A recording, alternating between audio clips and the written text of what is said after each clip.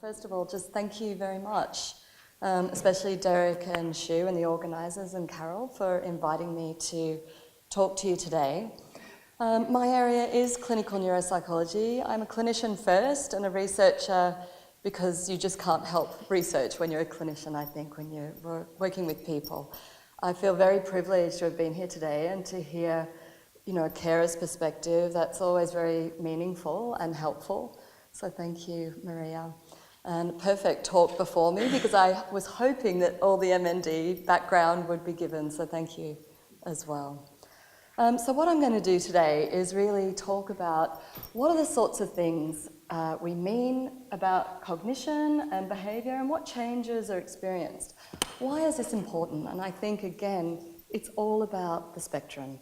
It's about that heterogeneity and identifying the different patterns, and that really what my work with the NHMRC is focused on is early detection. Can we get at this from a cognitive and behavioural perspective and help refine that? I'm also going to talk about the current project going on that's supported by the MND Research in Australia grant that I've mentioned there. And this is really exciting work, and it's sort of transitioning us into beyond the clinic. So being able to participate in research and help us refine understanding in an online way. So I think everyone will probably know the challenges of parking at hospital clinics and all that entails. So I'll tell you about our current work and take it from there. So first of all, what is the domain of neuropsychology? And we are really talking about cognition, which is just a fancy word for thinking skills. Behaviour, how we interact with the world around us, and then the mood, how we feel about that. So the cognitive domains that we often assess and look for changes in are things like your intellectual abilities, being able to reason, your knowledge about the world around you, memory, being able to learn new things and have that as an ongoing, we all take that for granted, being able to concentrate and pay attention on information. Being able to see the world around us and make sense. So hopefully you see me as a person and not a blob or a cloud or something else. And then we've heard a little bit about speech motor difficulties. Well, there's another aspect to that, which is really language. How do we find the word we want? How do we then communicate to the people around us and figure out a message and then express our thoughts, our needs, our desires? Then executive functions. Well, this is a cluster of thinking skills which is all about making us adaptable and appropriate in any given environment. Things like planning, problem solving, being flexible, being able to shift from one thing to another smoothly. And then we have a cluster of things called social cognition. How do we interact in the social environment? How do I look at your face and see whether you're engaged? Are you happy, content? Are you getting frustrated or annoyed? And perhaps I'll get that before the bell. So all of those things are really areas of cognition that a neuropsychologist might assess or screen. In terms of behaviour, we talk about disturbances as being things like being impulsive, being disinhibited, being able to, or perhaps if you have a disturbance, repeating behaviours. And this also relates to eating, having particular changes or just liking one thing, or not being able to stop tucking things away. Perhaps people also might feel apathetic. You just lose interest. You really can't be bothered.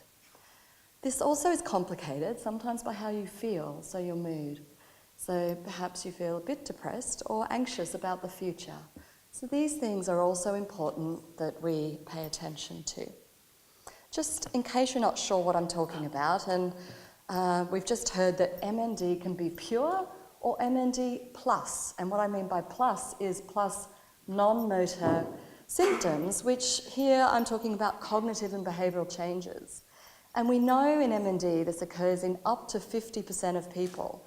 Sometimes subtle, sometimes quite pronounced. So again, there's a spectrum of changes. Now there's a few things there that will just bring home what I'm talking about. I need prompting to get started. Perhaps you've heard some of these. I've lost interest in doing anything. Sometimes I say things I never would have said before. It just pops out. I can't find the word, I was trying to think of that particular thing and it just didn't come. I don't like change anymore. It makes me quite frustrated or quite annoyed. So these are all characteristic things of what I mean by cognitive and behavioural changes. And here's the spectrum word again. And what we know now is that there's an MND FTD spectrum. And what you see on the left is the pure MND, where really there are no cognitive and behavioural changes. And then we might have MND plus a little bit, where there are some mild changes, maybe just one or two little things that aren't too pronounced. If we come across to the right-hand side, we're really talking about once you start getting the frontotemporal dementia type spectrum, and it may just be pure cognition as well, or fully blown FTD without the motor symptoms. So again, we're talking about a range of things. Now we've heard a lot about the MND clinical phenotypes. In terms of frontotemporal dementia, just in case this is less familiar, let me just tell you quickly what this really is about. There's particular changes in the frontal lobe, so the front part of the brain, and the temporal lobes. Now these are responsible particularly for language, so finding the right words, understanding the world around you, as well as things like and then the frontal lobes are responsible for the executive functions. So social cognition, behavioural disturbances. So this is why FTD tends to have an impact, particularly on those areas of cognition. Now just to briefly tell you, there are three main types of frontotemporal dementia. Two of them are language variants. One is called semantic dementia, and that is where you particularly have difficulty understanding what things are, what they're for, and you might have trouble getting the right words. The second language variant is a progressive non-fluent aphasia, where you have trouble saying those words. So it's quite difficult to express yourself out loud. And this is different from being a pure motor speech disorder, where the actual motor component of talking is affected. This is more to do with the brain's control of the sounds of speech. And then the third type, or the other type, is the behavioural variant, where there might be a bit of disinhibition. So to make it concrete, the example there is dice. If you ask somebody what these are for or what are they, the person that might have a semantic dementia just says, I don't know, what are these? The person that has more of the progressive non-fluent aphasia knows exactly what they are and what to do with them, but they might have trouble with the word dice. They might say, these are dis, or something that's a bit distorted. Whereas the person that has the behaviour difficulties might just simply ignore the question, pick up the dice, throw them. Okay, so that's just to give you an idea of how we can tell the difference, and it's very fine-grained once you get into the cognition. So again, a lot of heterogeneity. And most of you will probably know that this seminal paper came out last year. So this was a consortium led by Strong and colleagues, and it's now called the Strong Als Ftd Criteria. And this basically was about redefining or classifying the cognitive and behavioural phenotypes of ALS. So they've identified 4 distinct types there, which I've just listed. ALS-BI, which is ALS with behavioural impairment, like the throwing the dice and maybe just losing interest, being a bit impulsive. The ALS-CI is when there's cognitive impairment. This is more about the executive functions and the social cognition. And then you can also have a bit of both, or you can meet criteria for one of those frontotemporal dementias, pure and simple, so very much fitting neatly in that. So there's a spectrum again, and when people go for neuropsychology, we're really looking to see whether someone fits with one of these or not. So what happens in the clinic is not usually a full neuropsychology assessment. The main thing that happens first is that people might have a cognitive and behavioural screen. And the tool that's most widely used right now is the Edinburgh Cognitive and Behavioural ALS screen, or the ECAS for short. And there are 2 parts. One's assessing cognition, and one is to ascertain whether there are behavioural changes. So to figure out about the cognition, there's just a little example on the left, which is the language component. So you simply have to say or write down the name of the items, like lobster. And then the comprehension, just one of the questions there says, point to something you think can fly. So I might point to the helicopter. So this is the cognitive aspect of that screening tool, and probably those of you who've been to clinics are thinking, that's what that's about. So it's the ECAS. Then there's a behavioural questionnaire, which is for carers. So I don't know whether the carers in the room are sort of having a few bells ringing, but we might ask questions about whether your loved one is behaving as they used to when they're in social settings, or do things just slip out, or they say things they don't mean to. So there's lots of questions we can ask. So what I want to just move on to tell you about briefly is our current research, which is it's called the Longitudinal Assessment of Behaviour and Cognition in ALS through a brief online carers questionnaire. So it's the OCQ. So this is about turning the behavioural aspect into an online questionnaire where you don't have to come to clinic. So that's what the project's all about. And the team we've pulled together is the neuropsychology team, myself and Amelia Seslis. We're working with the SALSA lead, one of the leads, Naomi Ray, and her team, Anjali Henders. So they're actually doing all the programming. I don't know anything technical, so we need them to actually program it in and turn it into the questionnaire. But myself and Amelia have worked with Sharon Abrahams, who's in Edinburgh. She is one of the developers of the ECAS. So we've actually devised the questions to make it appropriate, we hope, online and to be able to get valid information. And then, of course, we couldn't do this without the MND Clinic. So patients from the clinic are actually helping us to validate whether we've got something that's helpful.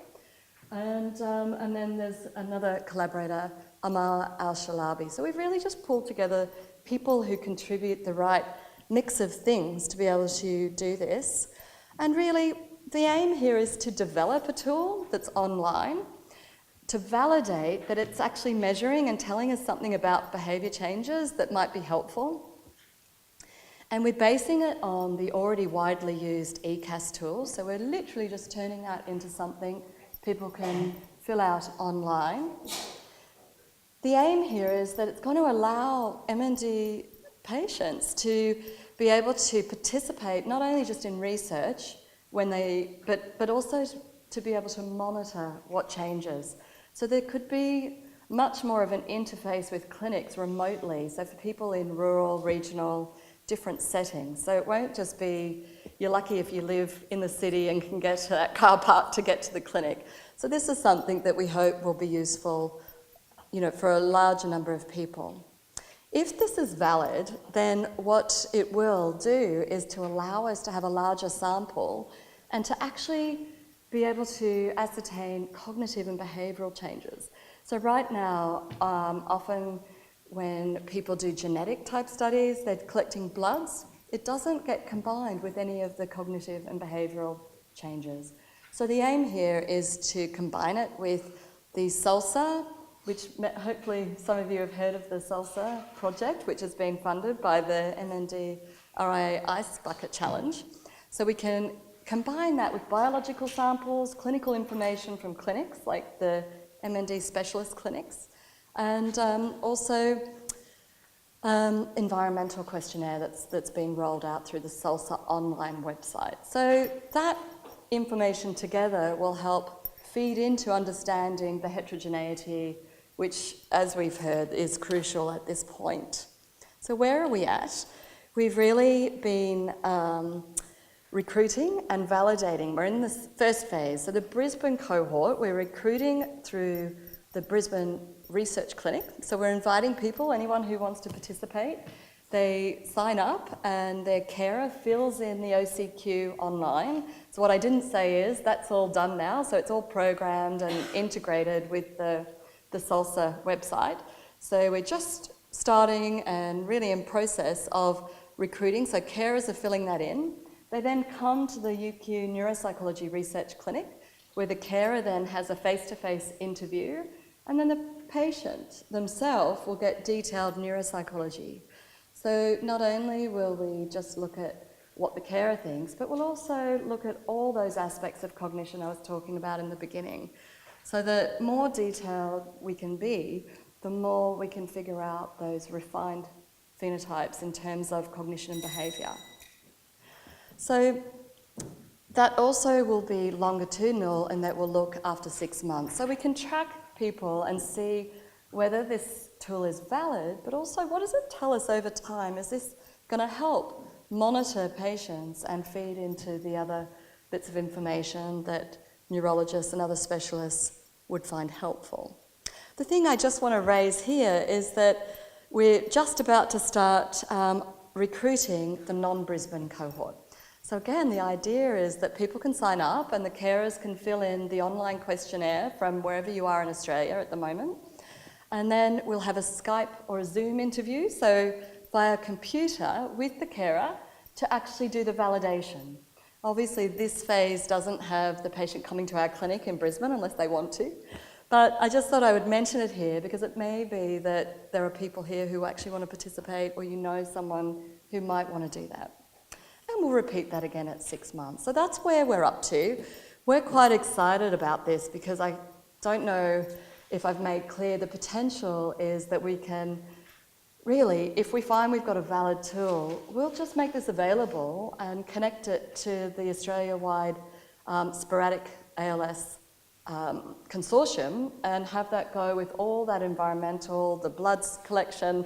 It's a big operation at the moment, and then why we've got our UK collaborators is that this is something that could then be brought to Europe, so English-speaking countries in the first instance, so particularly the UK and Europe via Sharon Abrahams and Amar Al-Shabar. So finally, I just want to thank our funding support. So this is the Mavis Gallian and Graham Lang MND Victoria Research Grant. We're so grateful for that. That's what's funded Amelia, who's the main clinical neuropsychology registrar on the project. That's our little clinic. People love coming to the house because the parking spot is literally 10 metres from the back door.